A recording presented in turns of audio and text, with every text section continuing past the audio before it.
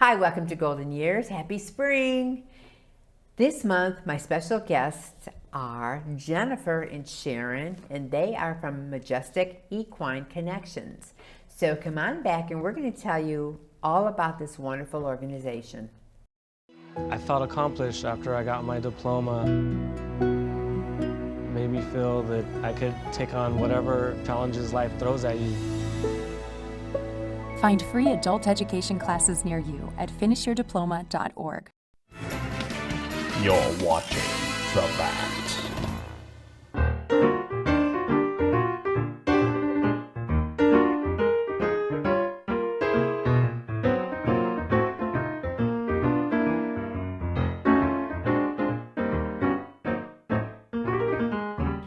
Welcome back to Golden Years. My guest this month is Jennifer Stankiewicz and Sharon McClelland. Jennifer is the Executive Director of Majestic Equine Connections, and Sharon, you are the current President of the organization. So, whose dream was this idea? I mean, how did you all get started? This is my dream. I love teaching people with disabilities. What's your background? I have a therapeutic horsemanship degree from St. Andrew's Presbyterian College in 2005. I graduated there, and I ended up just loving doing startup programs. But at this point in time, I wanted to do my own program, just because of all the bureaucracy and and I just wanted to make sure that that we have the right horses and we have what we need in order to really make things happen more on a personal level for people with disabilities. So you had an idea. How did you make it happen? I mean, you had to have players in place, dollars, absolutely. Support. It costs to start out. It costs thousands of dollars. I can imagine. Of our own money, but I was working at a hospital. I was a psych rehab manager, and I really was teaching on the side, just every now and then. And I ended up I just wanted to resign and do it full time, because it was something I love. Yeah, something I really, really love. And even when I was at that hospital, I introduced, again, therapeutic animals. We had dogs brought in. I was trying to get the miniature horse to come in from another program. So it was it just never stopped. It was always my passion. Oh, wow. So. Well, that's good. You move forward with it. And yes. Yeah. So where is your facility, farm, whatever you want to, building? Sure. It's in, it's on Worcester Pike in Seville in Medina. Okay. That's where we have the programming happening at this time. We have therapeutic horseback riding. We also have partnerships with the Ohio State University 4-H. We are known as we're known as the Majestic Horse Spin Club. And we are also developing pet pals. We're working with pet pals to help youth and the Pet Pals is another 4-H committee that helps young people be able to develop therapeutic animals, whatever their small animal is. So it can be a hedgehog, a mouse, a cat, a bunny. A bunny. She's got the bunny. It's Dogs. new to me, so that's why I was looking at Sharon for some help, because the committee is new to me. And that's going to be in addition to our program to have more therapeutic animals for the community at our new farm and stables out in Westfield. So we do have another property. We also have another partnership with Medina County Parks District, and that's on Westfield Road. Okay. And this is going to be an agriculture farm. And basically, we are looking, for funding right now so that we can have this beautiful horse barn and indoor arena and fencing built so that we can serve people with disabilities riding horses. And also, we want to have the employees, the vocational employees that work on the farm, to be people with disabilities as well. So it's a win-win. Yes. We want to help with their skills and help them grow and connect with the horses. And I think really it's just like such a beautiful property that it's going to really enhance and build. We're going to grow basically as a part of our organization. So on the outside, we're going to have a large pasture area in the front of the property. For the vocational piece, we're going to be an education vocational center, which would include working with 4-H and their various committees and clubs, as well as the Department of Developmental Disabilities here in Medina, so that we can do vocational training of individuals to work in an agricultural setting, which could be landscape, can be working inside of the stables, so horticulture, working in a vinery, all of those skills. And then so part of our role will be not only to hire some of these individuals, but also to find them employment in the various settings that come under the heading of agriculture. So they could come anytime, back and forth, or they're on a it'll X be amount of days a week, or Well, the program itself be Monday through Friday. okay. Yeah, And- it'll and- be and scheduled, The so. vocational piece is ongoing with them, including support following once they get a volunteer position or they're in an employment situation. So we would continue to follow them to make sure that they're still successful. And we would be able to provide transportation for them so that their families, they can go to work, and then the adults with disabilities that are employed, they can actually, we'll pick them up and take them to work. neat. And that's nice. yeah, so it's a win-win. And it's not only that, but even our volunteers, to step back a little bit with the horseback riding, we just learn so much from each other. And what I've also taken from the hospital from my experiences is self-care. So I teach about self-care to our volunteers and to our our riders. Like in the summer, we will have water bottles in saddlebags on the saddles for our horses, for the volunteers and riders. In the winter, we have blankets that we Velcro around the riders to keep them warm. We don't have a heated arena, so we just really do things to make them comfortable, and in that way they're able to not like lock up and if they're real cold or whatnot when they're riding. So it's just a matter of like just making them feel good so that we are all like a community helping each other, and again, it's just a win-win. And so do you want to add anything? I do, because taking on to what you're talking about, not everybody understands what equine therapy is, but it really is mind, body, and the physical piece of it, and the emotional piece, which I would call soul as well. Yeah. And so we have an individual who's been nonverbal with autism who is now expressing words like, whoa, giddy up. And other words that Fast. the family is just go faster, Go faster. which he's not used. I mean, he's not Yeah. been using language. We've had some adults that came in with depression, and pretty severe depression, but working with the equine therapy has helped so much to resolve their depression. They've been able to make some life choice decisions, and they actually really did pay back, because in this instance, we were helping them, because we realized that not everyone can pay fully for the services.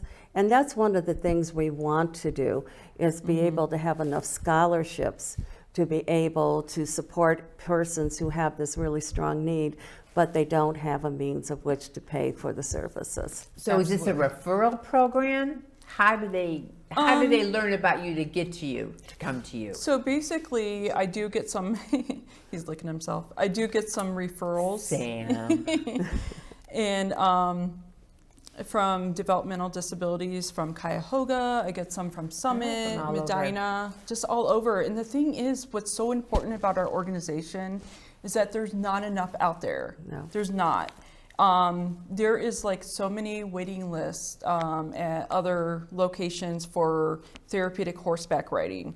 And so what's pretty awesome, I network with other programs, and then if they're full, they'll send some of those referrals to me as well. So it's really just networking and being able to, touch base with other organizations as well. But people are welcome, to contact us, email, call. What we typically do is a Zoom meeting, just so I can talk to the parents or the Well, I was guardian. going to ask you that. How do you get involved? How Yeah. does Mrs. Jones bring Johnny in Okay, to try so- to see? Well, and the thing is, I'll have a Zoom meeting or a phone call, whatever is easier for the family. And then we talk about we just don't talk about what the person has, like, or disability. It's all about what they can do, what goals and objectives. Some people, they're more able to, they want to work on their core. Because horseback riding, you got to sit up, and there's yeah. movement going on. A little bit of coordination. right? Yeah, Yes. or just like learning how to ride better. Equestrian skills, and just other things. There's so balance. Regulating emotional. I do some breathing exercises. Because you have to worry about mental and physical at the same time. Yeah, Because you have to Yeah. get Yes. to know the person. right. It also right. strengthens the core. My grandson was one of her early riders back in first grade, and now he's a teen. And he has a form of dystrophan dysfunction, which at first they thought was muscular dystrophy of the Becker's type. But over time, he has improved. One of his biggest issues was being able to sit up, especially in school, because the core itself was generally weak. But doing this kind of therapy, which really kind of connected us together, so it's been quite a Yeah, while. that's He's how a we got junior in high school connected, now. for sure. So Wow. Yeah, he could even ride his bike from your home all the way to like Walmart, or like there was a store that they were trying to ride. And then he started riding the horse, and he had such an improvement that he was able to ride his bike because of his the muscle memory, and it actually built his muscles. very strong. He's Sorry. straight and tall nowadays, and Did he have a fear before he got on the horse? no, No? No, he was, no. But They're and he, probably also, and he fearless. also He has just probably want to try everything. a form of autism. He's on the Asperger's kind of spectrum, which they don't use any longer. So he's very bright, and also through communication. With the family working with him, with Jen working with him, you cannot tell for the most part that That's he's even on amazing. the spectrum, because that's how, the quality of learning how to communicate, to make eye contact. And you're hands-on. Yes. You know, you're She's right very to that hands-on. individual. Yes. And I'm also a CTR PATH certified instructor. So it's just saying that I am certified to teach people with disabilities, and there's like a special training that we do as instructors, like just making sure the tack is tightened, the horse's behaviors are right, the gates are shut, the adaptive tack is paired with that individual. So there is a lot of information that we do have to consider as instructors, just to ensure their safety. So one of the things that we do is we teach the volunteers, or He's licking. just so cute. He's cute. So yeah, one of the things that we do is just, teach the volunteers like safety, and what to expect. And we do orientations with our volunteers. We do emergency dismounts, and we do have them sign required forms. Okay. So, all right, we are going to take a quick break. So we'll be right back and we'll learn more. I don't remember how it started. Go to that. Our back and forth. It always came back. Dad! You probably don't remember what you told me, That was perfect. but I heard every word.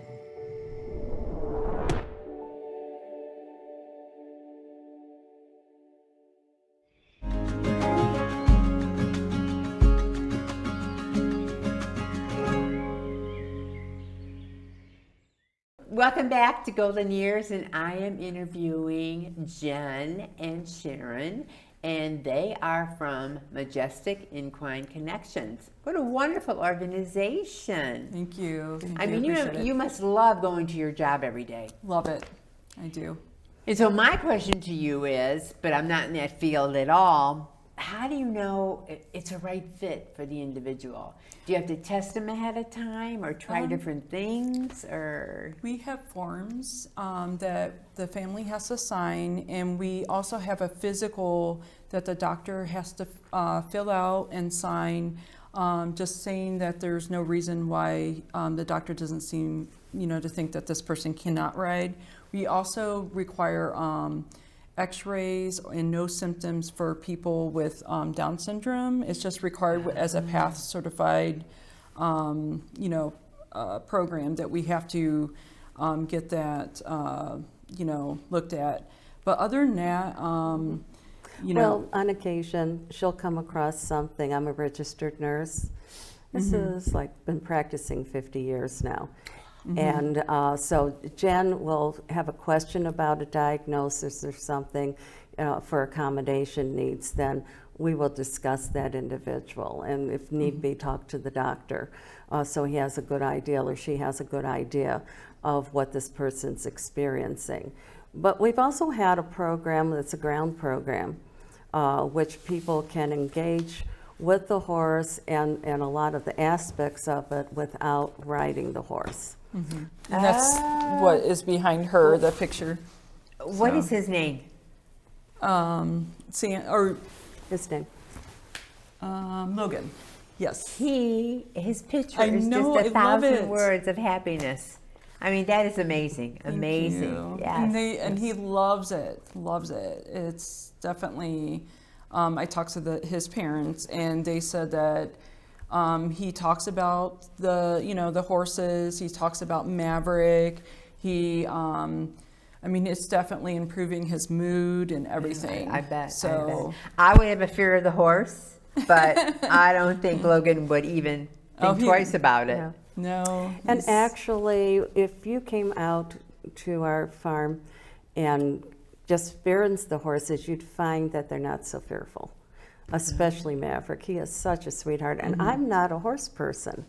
I'm a dog person. So I learned about horses and this by having a friendship with Jen. And from there on, I just really began to learn and understand what a great benefit what she does for individuals in this kind of therapy. And just to take on about the need, I did some research, and the closest that I could bring up just on a Google search, around 2015, 2017, the statistics were for Medina County that 17% of the county had some form of developmental disabilities. Wow. And that is That's a pretty- huge number. That is high. And, as far as having programs like hers, there isn't enough. We're fortunate to have a couple programs here in this community, but we are getting people from multiple counties because they're willing to drive a distance in order to be able to get the quality that Jennifer's providing.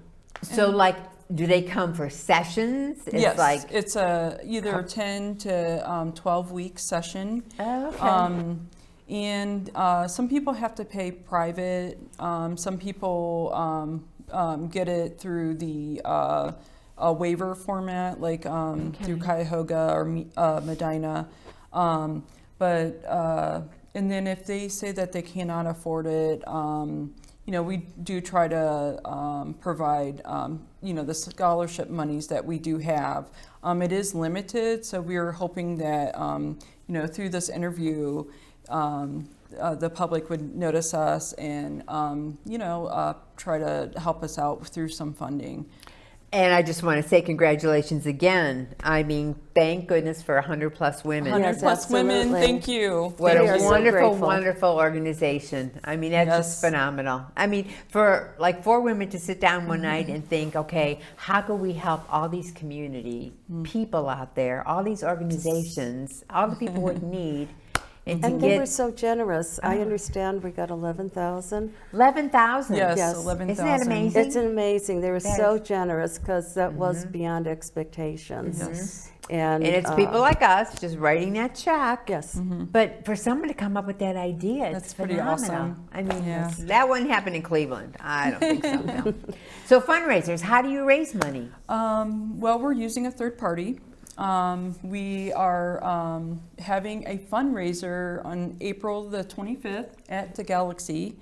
And it's bingo, and it's just a lot of fun of some food and drinks. Auctions. And auctions, They're going to have baskets. auction baskets, 50-50 auction, all of those kind of things. The cash bar is going to be outside of the venue because we're not supposed to mix those two together with bingo. So the Galaxy is providing a bar yeah, outside.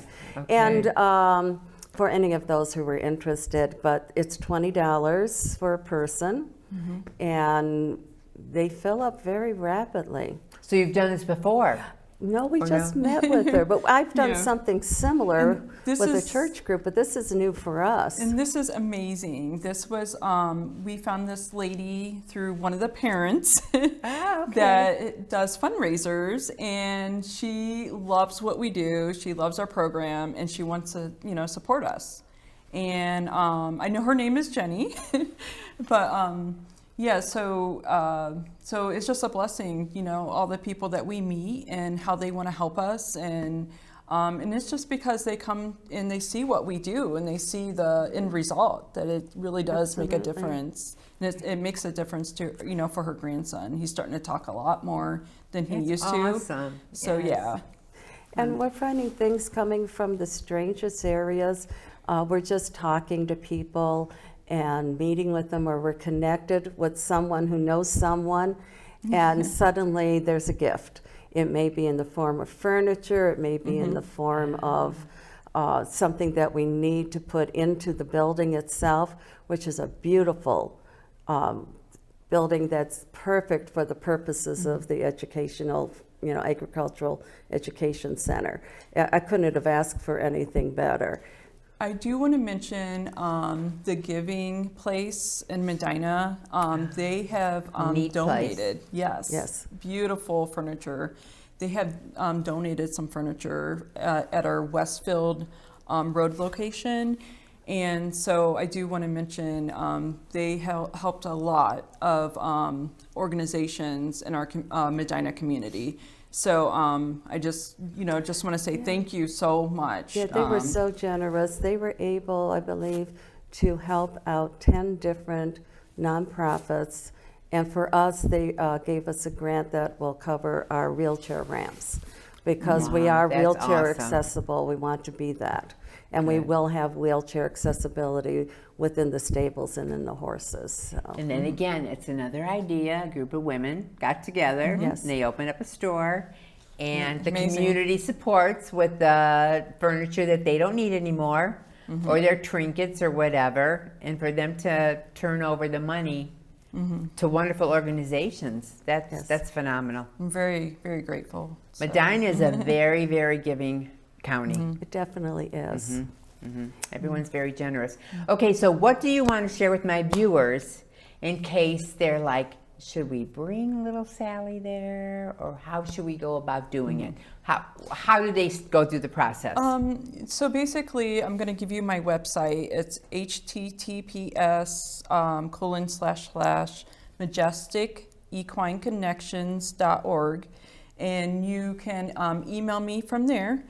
And then I can get you all set up. I give you all the information, and I typically respond pretty quickly, because I really want everyone to get that quick response and get them in. If that's, if they want to do in the middle of the session, then we prorate.